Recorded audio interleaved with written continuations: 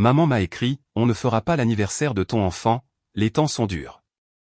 J'ai dit et pas de problème. Une semaine plus tard, à Noël, j'ai vu leur publication, cadeaux de luxe, ballons, tout pour les enfants de ma sœur. Ma fille a chuchoté, ils m'ont encore oublié. J'ai juste fait ça en silence. À 9h, papa tambourinait. À ma porte, en hurlant à 9h du matin, mon père était déjà devant ma porte, les poings martelant le bois, la voix faisant trembler les murs, hurlant mon nom comme si je lui devais le monde entier. Ellie se tenait derrière moi, dans son pyjama, les yeux écarquillés, serrant contre elle le dessin qu'elle avait fait pour Noël. Mais les scènes comme celle-ci ne commencent pas par des cris. Elles commencent doucement, par un simple texto, une décision, une phrase qui change tout. La mienne a commencé au moment où ma mère a écrit « On saute l'anniversaire de ta gamine. Les temps sont durs. » Et c'est terminé par une vérité que ma famille ne s'attendait pas à me voir découvrir. Avant de commencer, dites-moi d'où vous m'écoutez, pour que je sache que je ne suis pas seul. Je m'appelle Scarlett, et pendant la majeure partie de ma vie, j'ai survécu en abaissant mes attentes, surtout vis-à-vis de mes parents. Ça peut sembler dramatique, je sais, mais quand on grandit en étant celle sur qui on peut compter, la calme, celle qui arrange tout sans qu'on le lui demande, on apprend à avaler la déception, comme si elle faisait partie du petit déjeuner. Je vis dans un petit appartement près de la côte, là où l'air a toujours une légère odeur de sel et de vieux pain. Ce n'est pas luxueux, mais c'est chaleureux, lumineux, et c'est chez moi. Juste assez d'espace pour moi et ma fille, Ellie, qui remplit chaque recoin avec ses dessins, ses paillettes, et ce doux fredonnement qu'elle fait quand elle est heureuse. Le matin où ma mère m'a envoyé ce message, Ellie était assise à la table, en train de colorier une licorne portant une couronne. Elle a levé vers moi ses yeux pleins d'espoir, ce même regard qu'elle a depuis qu'elle est toute petite, celui qu'elle a hérité de moi, bien que le sien contienne encore plus de lumière. Elle a demandé si grand-mère et grand-père viendraient à son anniversaire cette année. Je lui ai dit que je l'espérais. Je n'avais même pas fini de couper les fraises pour son déjeuner quand mon téléphone a vibré. On saute l'anniversaire de ta gamine. Les temps sont durs. Aucune explication. Aucune excuse. Juste une déclaration, jetée à la figure comme un vieux ticket de caisse. J'ai fixé l'écran pendant un long moment, essayant de calmer ma respiration, avant qu'Ellie ne puisse remarquer quoi que ce soit sur mon visage. J'ai répondu, pas de problème. Parce que dire d'autre quand les gens qui devraient se soucier de vous ne le font tout simplement pas. Mais ce n'était pas, sans problème. Pas pour moi, et certainement pas pour Ellie. J'ai passé le reste de la journée à faire semblant que tout allait bien. J'ai aidé Ellie à coller des paillettes sur son dessin, répondu à des messages professionnels, et ignoré le pincement dans ma poitrine à chaque fois que je me rappelais ce message. J'ai essayé d'être rationnel. Peut-être que mes parents avaient des difficultés financières. Peut-être qu'un imprévu était survenu. Mais ensuite, je me suis souvenu des années passées à payer leur forfait téléphonique quand papa perdait un autre emploi. Des mois où j'ai payé leur assurance pour qu'ils puissent continuer à utiliser leur voiture. Les réparations, les appels tardifs dans la nuit, l'argent d'urgence qui semblait toujours urgent, jusqu'à ce que moi, j'ai besoin d'aide. Mes parents adoraient parler de loyauté familiale, surtout quand ils avaient besoin de quelque chose. L'anniversaire d'Ellie est arrivé ce week-end-là. Elle portait une petite robe violette et a demandé si nous pouvions faire des cupcakes au lieu d'acheter un gâteau. J'ai installé une petite couverture de pique-nique dans notre salon, car la pluie battait contre les fenêtres.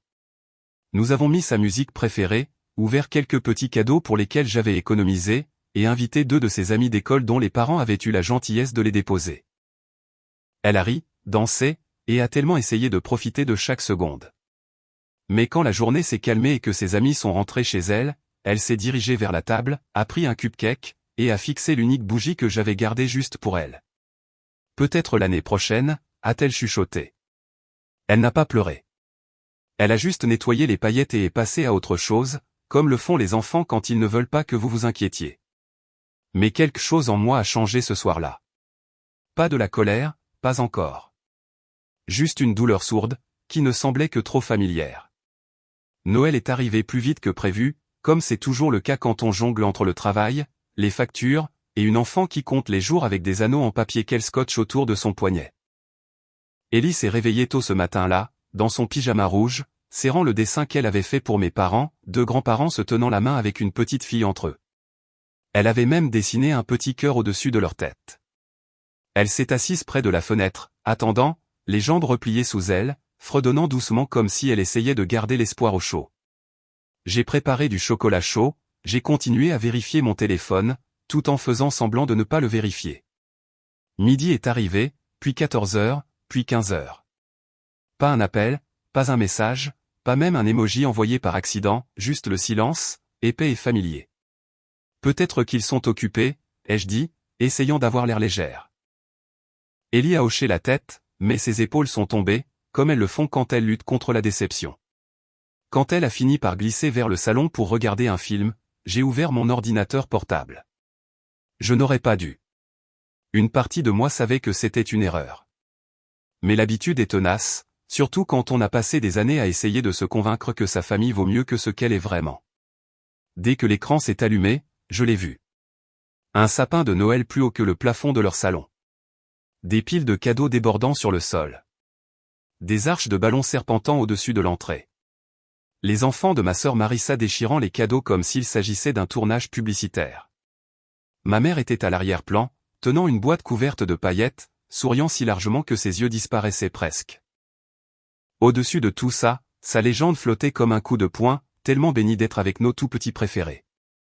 Préférés. Ce mot a frappé plus fort que n'importe quelle insulte. C'était désinvolte, irréfléchi. Et vrai, apparemment. Je ne savais pas qu'Ellie s'était approchée derrière moi jusqu'à ce que je sente sa main sur mon bras. Elle a vu l'écran, elle a vu les ballons, elle a vu la joie dont elle ne faisait pas partie. Elle n'a rien dit au début. Son petit visage s'est figé d'une manière qu'aucun enfant de 7 ans ne devrait connaître. Puis elle l'a chuchoté, ils m'ont encore oublié, n'est-ce pas? J'ai dégluti difficilement, mais aucun mot n'est sorti. Je l'ai serrée contre moi, mais elle est restée silencieuse, fixant les visages radieux et heureux sur l'écran. Ces mêmes visages qui n'avaient pas pris la peine de lui envoyer un simple message. Pendant le reste de la soirée, j'ai erré dans l'appartement comme un fantôme. J'ai réchauffé le dîner. J'ai plié des couvertures. J'ai répondu à des emails que je lisais à peine. Ellie a joué avec ses peintures à la table, brossant du doré et du bleu marine sur une page jusqu'à ce que les couleurs se mélangent. De temps en temps, elle jetait un coup d'œil à la fenêtre, puis regardait ailleurs, ses petits poings se serrant vers le bas. Plus tard dans la nuit, après qu'elle se soit endormie à côté de moi sur le canapé, je me suis assise seul dans la lumière tamisée du couloir. Le silence n'était pas paisible. Il était lourd, pesant contre mes côtes, me rappelant chaque facture que j'avais payée, chaque appel nocturne auquel j'avais répondu pour mes parents, chaque fois que je m'étais fait passer en dernier parce que, la famille a besoin de toi. Et pourquoi? Un anniversaire sauté? Un Noël silencieux? Une fille apprenant bien trop tôt que l'amour peut être à sens unique. Quelque chose en moi ne s'est pas contenté de se fissurer, ça s'est aligné.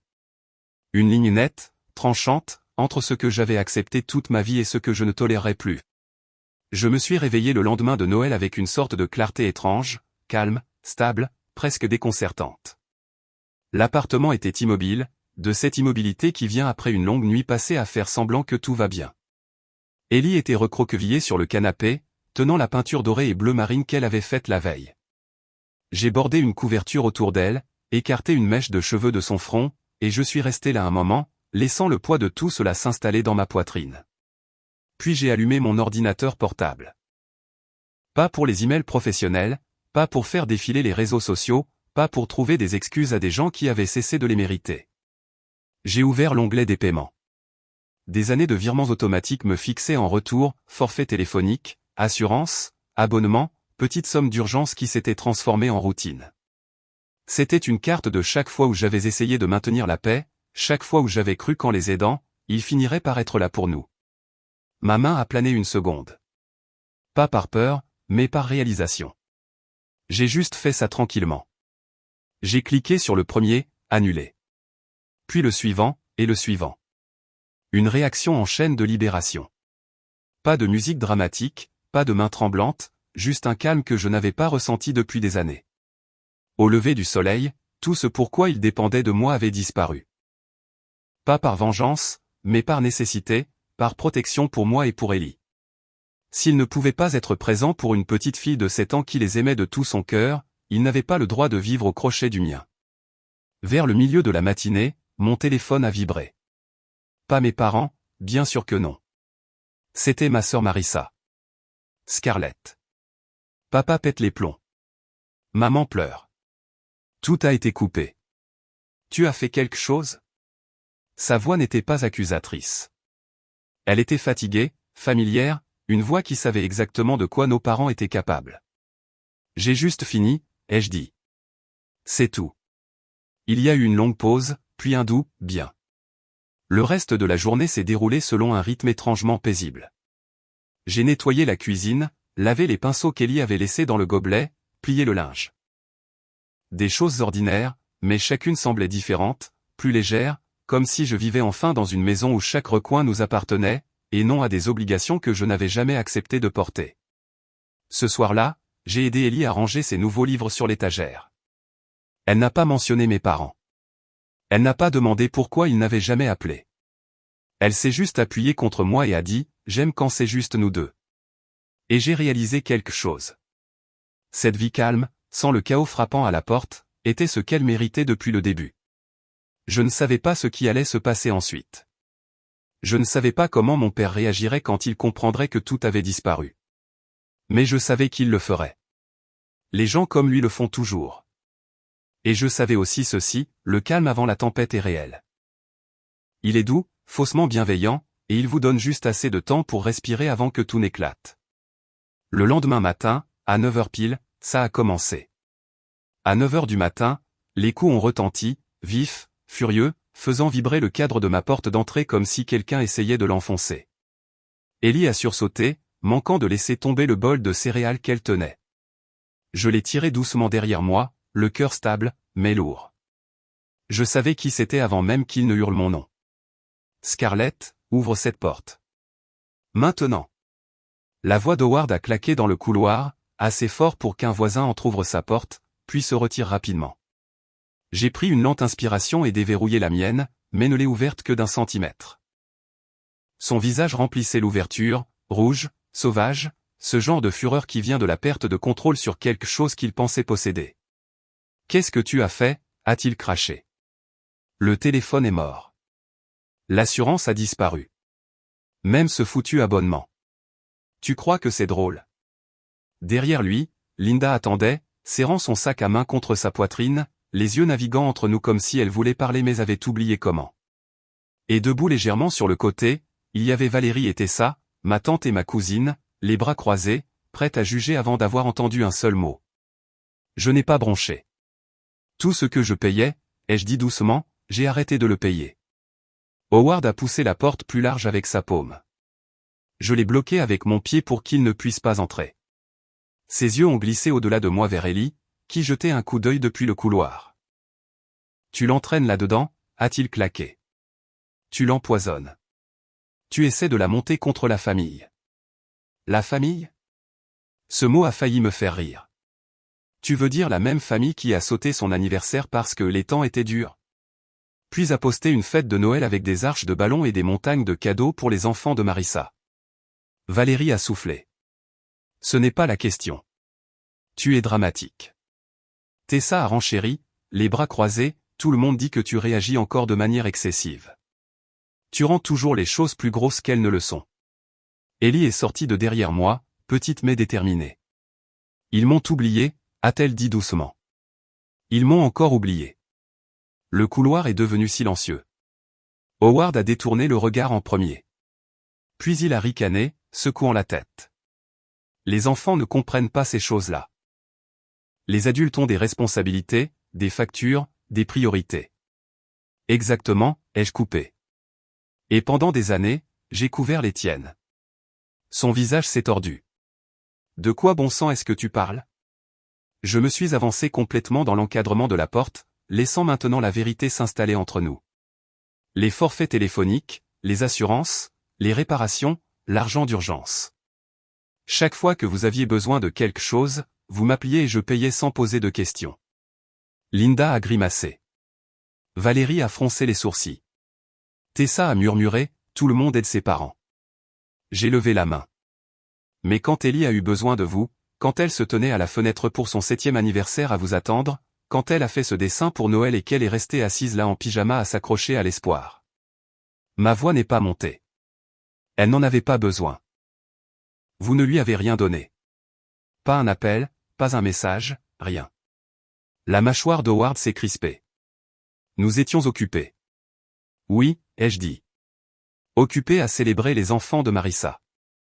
Occupés à poster des choses sur vos tout petits préférés. Occupés à la faire se sentir invisible. Linda a finalement parlé, d'une voix fluette, nous ne voulions pas, je ne l'ai pas laissé finir. Vous ne voulez jamais faire de mal. Mais vous le faites quand même. La colère d'Howard a éclaté de nouveau. Rien de tout ça n'explique pourquoi tu as tout coupé sans prévenir. Oh, ai-je dit en inclinant la tête. Ce n'est pas ça la vraie crise, n'est-ce pas? Ses yeux se sont plissés. Qu'est-ce que tu insinues? J'ai reculé à l'intérieur, attrapé le dossier imprimé que j'avais laissé sur la table d'entrée, et suis retourné à la porte. Je le lui ai tendu. Il ne l'a pas pris, mais il a lu la première ligne. Son visage a blêmi. C'est une demande de prêt, ai-je dit. À mon nom, utilisant mon identité, avec votre adresse et votre numéro de téléphone. Linda a halté. Les yeux de Valérie se sont écarquillés. Tessa a marmonné, oh mon Dieu. Howard a bégayé, c'était. C'était un malentendu. Une simple. Vous avez imité ma signature, ai-je dit. Et vous avez pris près de $8 000.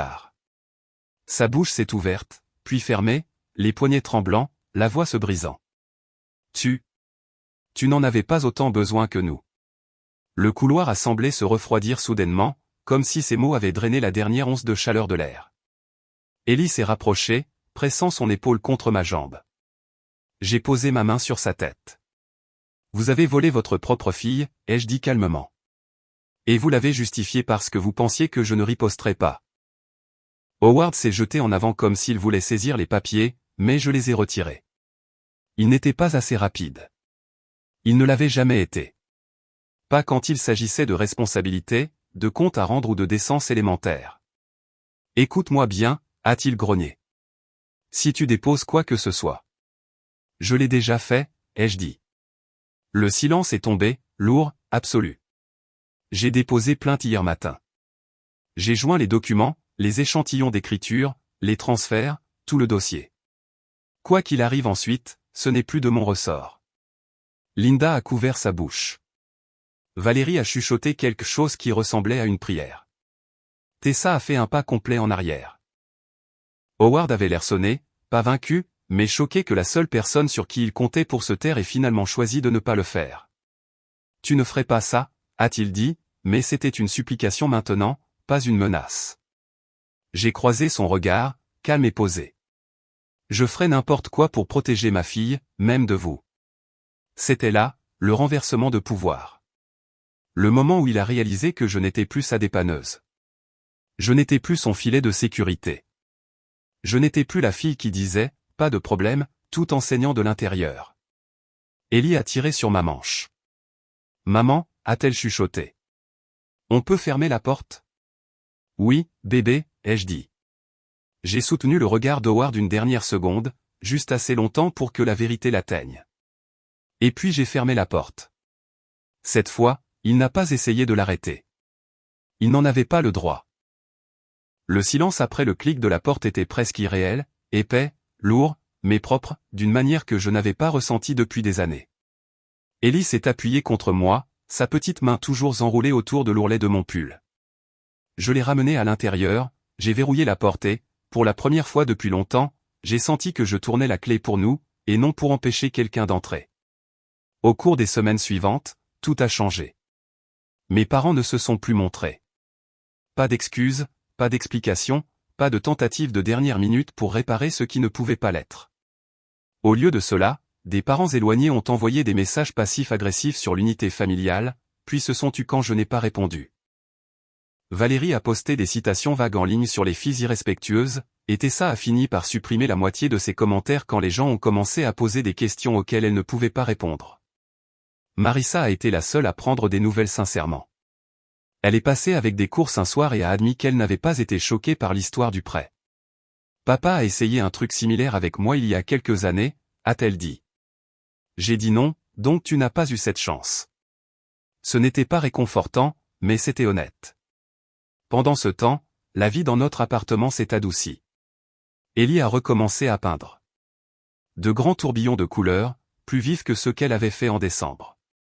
Quand son école a annoncé l'exposition d'art d'hiver, l'une de ses œuvres a été sélectionnée pour l'affichage principal. Elle se tenait à côté, les mains jointes derrière le dos, souriant de cette façon calme et fière qu'elle a. Son professeur a dit qu'elle avait un don. Je l'ai cru. J'ai aussi eu une augmentation au travail. De nouvelles responsabilités, plus de stabilité, un avenir qui ne dépendait pas du sauvetage de quelqu'un d'autre. Notre maison semblait différente, plus légère, plus chaude, libérée des obligations déguisées en amour. Il ne nous manquait rien. Nous étions enfin complètes. L'hiver est revenu avant que je ne m'en rende compte. Un soir, Ellie et moi décorions notre petit sapin, le salon brillant d'une douce lumière jaune. Elle a plongé la main dans la boîte et en a sorti une nouvelle décoration, une minuscule licorne dorée qu'elle avait économisé son argent de poche pour acheter. Elle l'a accrochée soigneusement sur une branche, a reculé, et a souri comme si elle avait placé un trésor dans le monde. « Tu l'aimes, maman ?»« Je l'adore, lui ai-je dit. Et je le pensais vraiment. Parce qu'en restant là, à la regarder rayonner dans la chaleur de notre foyer, j'ai compris quelque chose clairement. La famille ne se définit pas par le sang qu'on partage. Elle se définit par ceux qui sont présents, ceux qui protègent, ceux qui aiment sans condition ni excuse. Et parfois, la chose la plus courageuse que vous puissiez faire est de vous éloigner des gens qui refusent de faire tout cela. Nous n'avons rien perdu en coupant les ponts. Nous avons gagné la paix. Nous avons gagné la liberté. Nous nous sommes gagnés, nous. Si vous avez déjà dû poser des limites avec votre propre famille, si vous avez déjà dû choisir votre paix plutôt que leur chaos, dites-le moi dans les commentaires. Je vous promets que vous n'êtes pas seul. Et si cette histoire a résonné en vous, assurez-vous d'aimer, de partager et de vous abonner pour ne pas manquer la suite.